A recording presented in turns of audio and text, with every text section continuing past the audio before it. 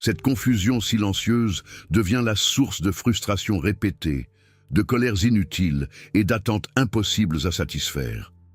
Pourtant, une fois que cette illusion est dévoilée, quelque chose change profondément.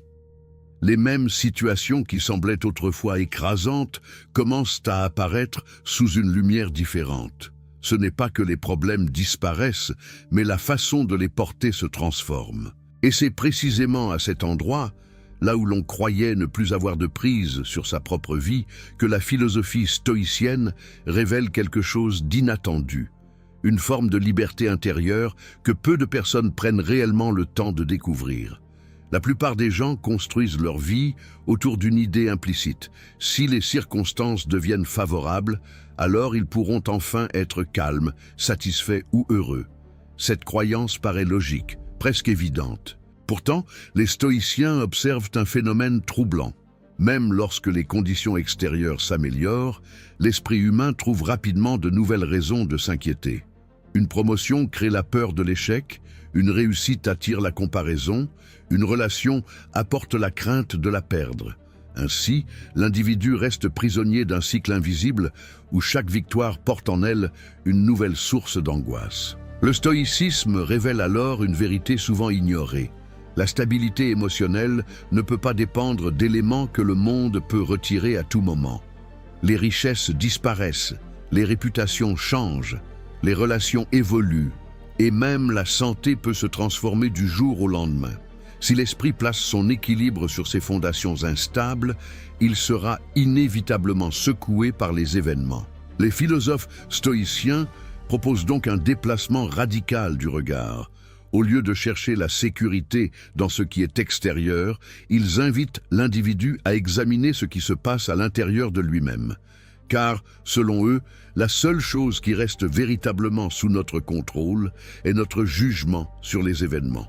C'est ici que commence une transformation silencieuse. Lorsque l'on comprend que les situations ne possèdent pas de pouvoir intrinsèque sur notre paix intérieure, on commence à voir la vie comme une succession d'expériences à interpréter, plutôt que comme une série d'obstacles imposés par le destin.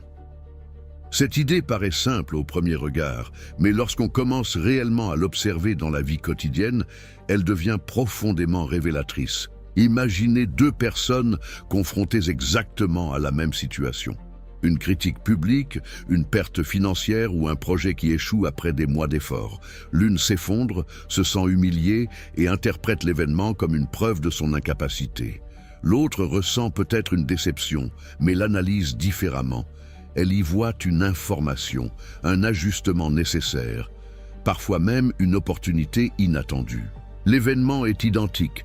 Pourtant, les conséquences intérieures sont totalement différentes. Le stoïcisme insiste précisément sur ce point. Entre ce qui arrive et ce que nous ressentons, il existe toujours un espace invisible où notre jugement intervient. Cet espace est souvent si rapide qu'on ne le remarque même pas. On croit que l'émotion est causée directement par la situation, alors qu'elle est en réalité produite par l'interprétation que l'esprit construit presque instantanément. Comprendre cela change profondément la manière dont on observe ses propres réactions. Les frustrations répétées, les colères soudaines ou les inquiétudes persistantes cessent d'être perçues comme des fatalités imposées par le monde extérieur. Elles deviennent des indices révélant comment notre esprit interprète la réalité.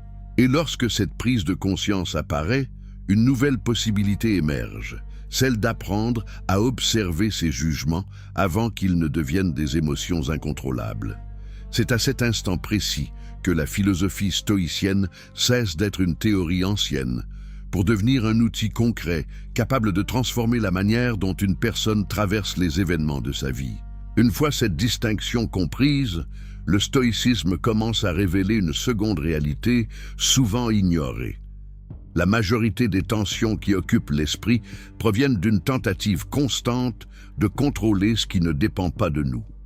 Les opinions des autres, les résultats futurs, les décisions prises par des inconnus, les événements imprévus, tout cela échappe naturellement à notre influence directe. Pourtant, l'esprit humain agit comme si ces éléments devaient absolument se conformer à ses attentes. Lorsque le monde refuse de suivre ce scénario imaginaire, la frustration apparaît immédiatement. Les stoïciens observaient déjà ce mécanisme il y a plus de 2000 ans. Selon eux, l'être humain se fatigue inutilement en investissant son énergie dans des domaines où aucun effort ne peut garantir un résultat. Cette lutte invisible crée une tension constante, comme si l'on essayait de retenir l'eau entre ses mains. Plus on serre, plus elle s'échappe. C'est pourquoi la philosophie stoïcienne propose un exercice mental extrêmement simple en apparence, mais profondément transformateur. Séparer chaque situation en deux catégories distinctes. D'un côté, ce qui dépend réellement de nous, nos actions, nos décisions, nos intentions. De l'autre, tout ce qui appartient au monde extérieur, les réactions des autres, les résultats finaux, les circonstances imprévisibles. Lorsque cette séparation devient claire, une grande partie du poids mental disparaît. Non pas parce que les événements deviennent plus faciles, mais parce que l'esprit cesse de se battre contre des forces qu'il ne peut pas diriger. Cette clarté crée alors une nouvelle forme d'efficacité intérieure. L'énergie cesse d'être dispersée et commence à se concentrer uniquement là où elle peut réellement transformer quelque chose. Lorsque l'on applique réellement ce principe dans la vie quotidienne, un phénomène surprenant apparaît. Beaucoup de préoccupations qui semblaient urgentes commencent à perdre leur pouvoir. Par exemple, l'opinion d'une personne inconnue sur Internet, une remarque maladroite entendue au travail, ou encore la peur d'un résultat futur deviennent soudainement plus faciles à observer avec distance.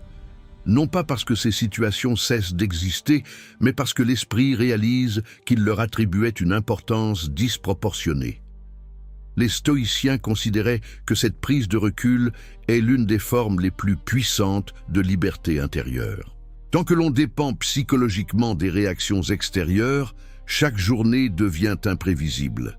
Une simple critique peut déstabiliser l'humeur pendant des heures, une attente non satisfaite peut transformer une journée entière en frustration silencieuse. Mais lorsque l'on déplace son attention vers ce qui dépend réellement de nous, la dynamique change. L'effort se concentre sur la qualité de nos décisions, sur l'intégrité de nos actions et sur la cohérence entre nos valeurs et notre comportement. Les résultats, eux, cessent d'être la seule mesure de la réussite. Cette transformation est discrète mais profonde. Une personne qui adopte cette perspective commence à agir avec plus de calme, non parce que la vie devient plus simple, mais parce que les événements perdent leur capacité à dicter son état intérieur. Ainsi, ce qui semblait autrefois être une philosophie austère se révèle être une méthode étonnamment pratique pour réduire l'agitation mentale et retrouver une forme de stabilité que peu de circonstances extérieures peuvent réellement perturber. Cependant, comprendre cette idée intellectuellement ne suffit pas toujours à transformer immédiatement notre manière de réagir. L'esprit humain est profondément habitué à chercher des garanties dans le futur et à s'accrocher aux résultats visibles. C'est pourquoi les stoïciens insistaient sur la pratique quotidienne plutôt que sur la simple réflexion philosophique. Ils observaient leurs pensées, examinaient leurs réactions et s'entraînaient à questionner leur jugement face aux événements. Lorsqu'une difficulté apparaissait, au lieu de demander immédiatement « Pourquoi cela m'arrive ?», ils posaient une question différente. Quelle part de cette situation dépend réellement de moi ? Cette question agit comme un filtre mental. Elle empêche l'esprit de se perdre dans des scénarios inutiles et ramène l'attention vers l'action possible dans le présent. Progressivement, cette discipline intérieure modifie la manière dont une personne perçoit les obstacles. Un retard, un refus ou une erreur ne sont plus interprétés comme des attaques personnelles de la vie, mais comme des éléments normaux de l'expérience humaine. Cette transformation crée une forme de résilience particulière. Les difficultés continuent d'exister, mais elles ne détruisent plus l'équilibre intérieur avec la même facilité. Au contraire, elles deviennent parfois des occasions d'exercer cette maîtrise de soi que les stoïciens considéraient comme la véritable force d'un individu. Ainsi, ce qui semblait au départ être une simple technique de réflexion devient, avec le temps, une manière différente de vivre les événements, où chaque situation favorable ou non, peut être utilisé pour renforcer la stabilité de l'esprit plutôt que pour l'agiter. À ce stade, une autre révélation du stoïcisme commence à apparaître, souvent plus dérangeante encore que les précédentes. Beaucoup de personnes passent des années à attendre le moment idéal pour agir, lorsque les conditions seront meilleures, lorsque la confiance sera plus solide, lorsque les risques sembleront moins importants. Pourtant, ce moment parfaitement favorable n'arrive presque jamais. La vie avance pendant que l'on prépare des scénarios imaginaires où tout serait enfin aligné. Les stoïciens observèrent que cette attente constante crée une illusion dangereuse, celle de croire que le futur offrira plus de contrôle que le présent. En réalité, chaque journée possède déjà la même incertitude fondamentale. Le lendemain peut apporter une opportunité, mais aussi un imprévu, un changement ou une difficulté inattendue. Comprendre cela ne mène pas au pessimisme, mais à une forme particulière de lucidité. Si l'avenir ne peut jamais être totalement sécurisé, alors la seule véritable possibilité d'action se trouve dans l'instant présent. Les stoïciens allaient encore plus loin dans cette réflexion sur l'incertitude. Ils rappelaient constamment que tout ce que nous possédons aujourd'hui, nos projets, nos relations, notre confort, même notre propre corps, existe dans un équilibre fragile. Non pas pour provoquer de l'angoisse, mais pour réveiller une conscience plus lucide de la réalité. Dans la vie quotidienne, l'esprit agit souvent comme si les choses étaient garanties, comme si les opportunités allaient toujours rester disponibles, comme si les personnes importantes allaient toujours être présentes, comme si le temps pouvait être utilisé sans limite. Cette illusion rend l'être humain négligent face à ce qu'il possède déjà. Il repousse les conversations importantes, reporte les décisions nécessaires et gaspille parfois des journées entières dans des préoccupations insignifiantes. Le stoïcisme introduit alors un exercice mental puissant. Imaginez de temps en temps que certaines choses que l'on considère acquises pourraient disparaître. Cette réflexion, appelée par certains philosophes préméditation de la perte, n'a pas pour objectif de cultiver la peur, mais au contraire de renforcer la gratitude et la présence. Lorsqu'une personne réalise que rien n'est définitivement assuré, chaque moment commence à prendre une valeur différente. Les petites frustrations perdent une partie de leur importance, tandis que les instants simples deviennent plus précieux. Cette manière de penser crée une intensité calme dans la façon de vivre. On cesse d'attendre un futur hypothétique pour apprécier ce qui existe déjà. Et paradoxalement, cette conscience de la fragilité rend l'esprit plus stable, car il cesse de s'accrocher désespérément à l'idée que la vie doit rester exactement telle qu'elle est aujourd'hui. À partir de cette compréhension, le stoïcisme révèle une autre transformation intérieure qui passe souvent inaperçue.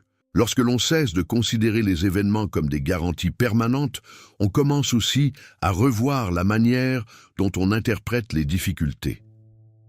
Dans la vision stoïcienne, les obstacles ne sont pas uniquement des interruptions du chemin prévu, ils font partie intégrante du chemin lui-même. Cette idée peut sembler abstraite au début, mais elle devient extrêmement concrète lorsqu'on observe les moments où les individus développent réellement leur force intérieure. Rarement dans les périodes où tout est simple. La patience se développe face au retard, la discipline se construit face aux distractions, et le courage apparaît souvent lorsqu'une personne se retrouve face à une situation qu'elle aurait préféré éviter. Les stoïciens voyaient donc les obstacles comme des terrains d'entraînement pour l'esprit. Chaque difficulté révèle une réaction intérieure, impatience, colère, peur, découragement. Mais au lieu de considérer ces réactions comme des faiblesses honteuses, ils les utilisaient comme des indications précieuses. Elles montraient exactement où l'esprit avait encore besoin de se renforcer. Cette perspective transforme profondément la relation avec l'échec. Une erreur n'est plus uniquement une preuve d'incapacité, elle devient une information sur ce qui peut être amélioré. Une opposition n'est plus forcément un mur, mais parfois une occasion d'affiner sa stratégie ou sa patience. Ainsi, Ce qui semblait être des barrières commence à apparaître comme des éléments nécessaires au développement de la maîtrise de soi.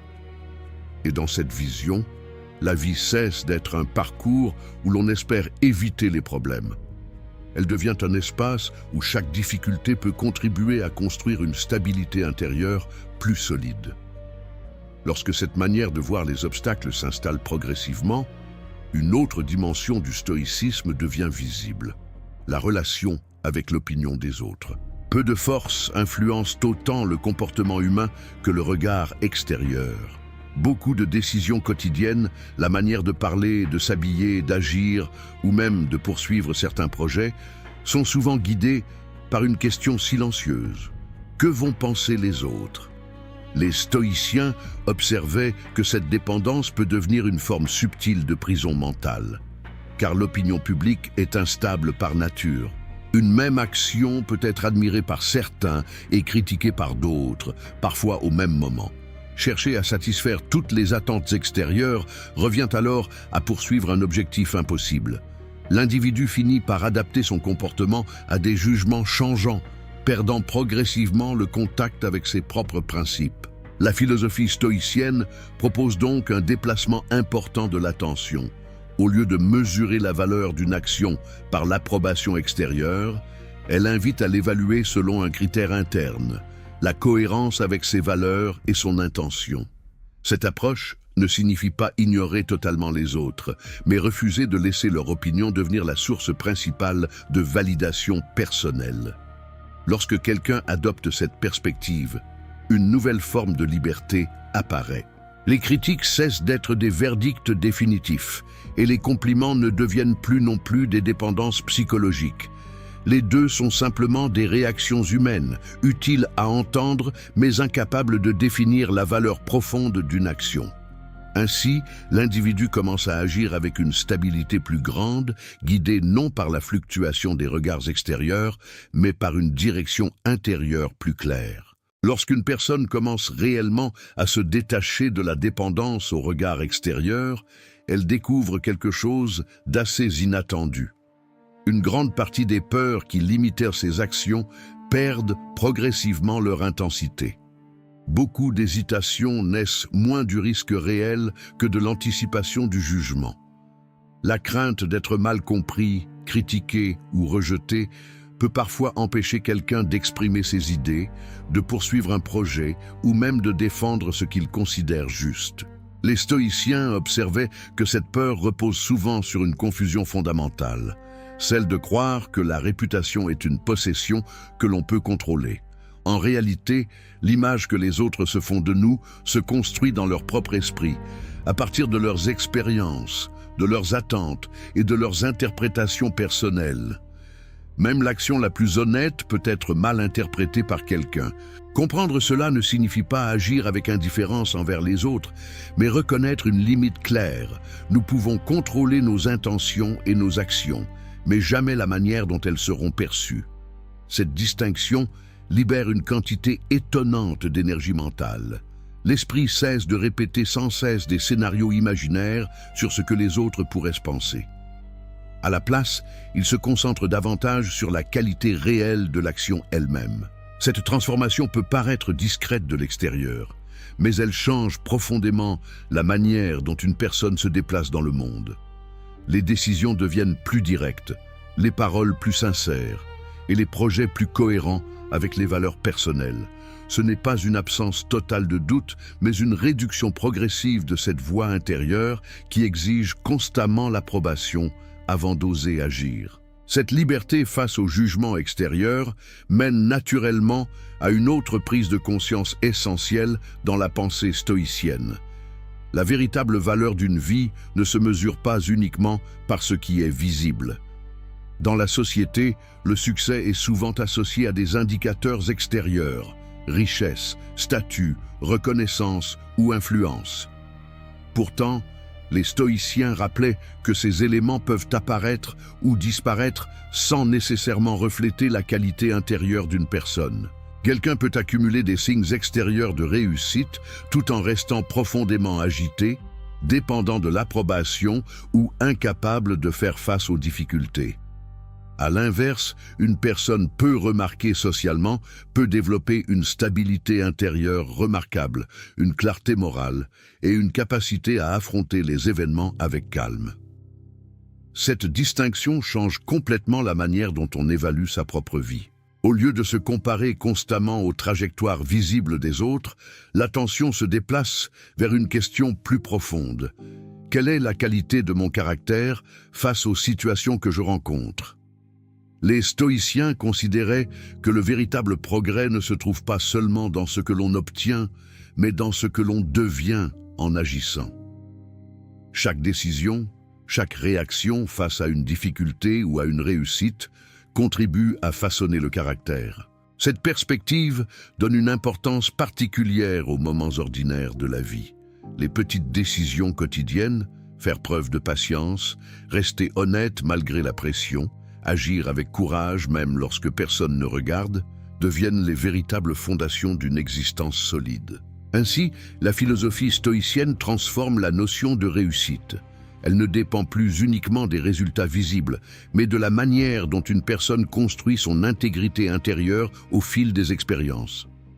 À ce point de la réflexion, le stoïcisme révèle peut-être l'idée la plus silencieuse et la plus puissante de toutes. La vie n'est pas quelque chose qui commence demain, lorsque tout sera enfin organisé, maîtrisé ou sécurisé. Elle se déroule maintenant, au milieu de l'incertitude, des imperfections et des événements imprévus. Pourtant, beaucoup de personnes vivent comme si l'existence réelle devait commencer plus tard, après avoir atteint un certain objectif, après avoir obtenu une reconnaissance particulière ou après avoir résolu tous les problèmes actuels. Les stoïciens voyaient dans cette attente une forme subtile de fuite. Car pendant que l'on prépare sans cesse l'avenir, le présent passe presque inaperçu. Les journées deviennent des étapes à traverser plutôt que des moments à vivre pleinement. Comprendre cela ne signifie pas abandonner les projets ou les ambitions. Au contraire, cela invite à changer la manière de les poursuivre.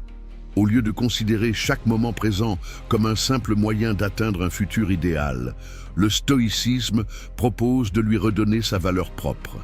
Chaque action devient alors une occasion d'exercer la lucidité, la discipline et la cohérence intérieure. Même les tâches ordinaires peuvent être accomplies avec une attention différente lorsqu'elles ne sont plus vues comme de simples obligations, mais comme des expressions du caractère. Cette perspective transforme profondément la relation avec le temps. L'avenir reste important, mais il cesse d'être une promesse illusoire où tout ira mieux. La véritable qualité de vie commence à se construire dans la manière dont une personne habite chaque moment disponible, ici et maintenant. Lorsque quelqu'un adopte réellement cette perspective, une transformation subtile apparaît dans la façon d'aborder les événements de la vie. Les moments difficiles ne disparaissent pas, les imprévus continuent d'exister et les efforts restent nécessaires. Mais quelque chose change dans la manière de les traverser. L'esprit cesse de considérer chaque problème comme une interruption injuste du bonheur attendu. Au lieu de cela, chaque situation devient une occasion d'appliquer les principes que l'on prétend valoriser. La patience n'est plus seulement une idée abstraite. Elle devient une pratique lorsque les choses prennent plus de temps que prévu. Le courage n'est plus un mot inspirant, il apparaît lorsque l'on agit malgré l'incertitude. La discipline, elle aussi, cesse d'être un simple objectif et se manifeste dans les petites décisions quotidiennes qui construisent progressivement un caractère solide. Les stoïciens comprenaient que cette transformation ne se produit pas en un instant. Elle se construit lentement, par répétition, par observation de soi et par une volonté constante d'améliorer la qualité de ses réactions face aux événements. Avec le temps, cette pratique crée une stabilité intérieure qui ne dépend plus entièrement des circonstances extérieures. Les succès peuvent être appréciés sans devenir indispensables et les difficultés peuvent être affrontées sans provoquer un effondrement intérieur. Cette forme d'équilibre ne rend pas la vie parfaite, mais elle la rend plus claire. L'individu commence à voir chaque expérience comme une partie du processus de formation de son caractère, plutôt que comme une série d'événements qui doivent absolument correspondre à ses attentes. Au final, ce que le stoïcisme révèle sur la vie n'est pas une promesse de confort permanent ni une méthode pour éviter toutes les difficultés. La réalité reste imprévisible, les événements continuent de changer et les défis font toujours partie du chemin humain. Mais la philosophie stoïcienne met en lumière une vérité que beaucoup découvrent trop tard. La manière dont nous faisons face à ces événements façonne bien plus notre existence que les événements eux-mêmes. Deux personnes peuvent traverser des circonstances similaires et pourtant construire des vies intérieures totalement différentes. L'une peut rester prisonnière des attentes, des frustrations et des jugements extérieurs, tandis que l'autre développe progressivement une stabilité qui ne dépend pas entièrement de ce que le monde lui donne ou lui retire. Cette différence ne vient pas d'un talent particulier ni d'une chance exceptionnelle, mais d'un travail intérieur, répété. Observer ses pensées, ajuster ses jugements et apprendre à concentrer son énergie sur ce qui dépend réellement de soi. Avec le temps, cette discipline transforme la manière de vivre. Les obstacles cessent d'être uniquement des menaces, les succès cessent d'être la seule source de satisfaction, et l'existence devient un terrain d'apprentissage permanent. Ainsi, le stoïcisme ne promet pas une vie plus facile, mais une vie plus solide. Une vie dans laquelle l'individu cesse progressivement de chercher la maîtrise dans le monde extérieur et commence à la construire à l'intérieur de lui-même. Et lorsque cette transformation se produit, même silencieusement, la relation entière avec la vie change. Non parce que tout devient simple, mais parce que l'esprit apprend enfin à rester stable au milieu du mouvement constant du monde.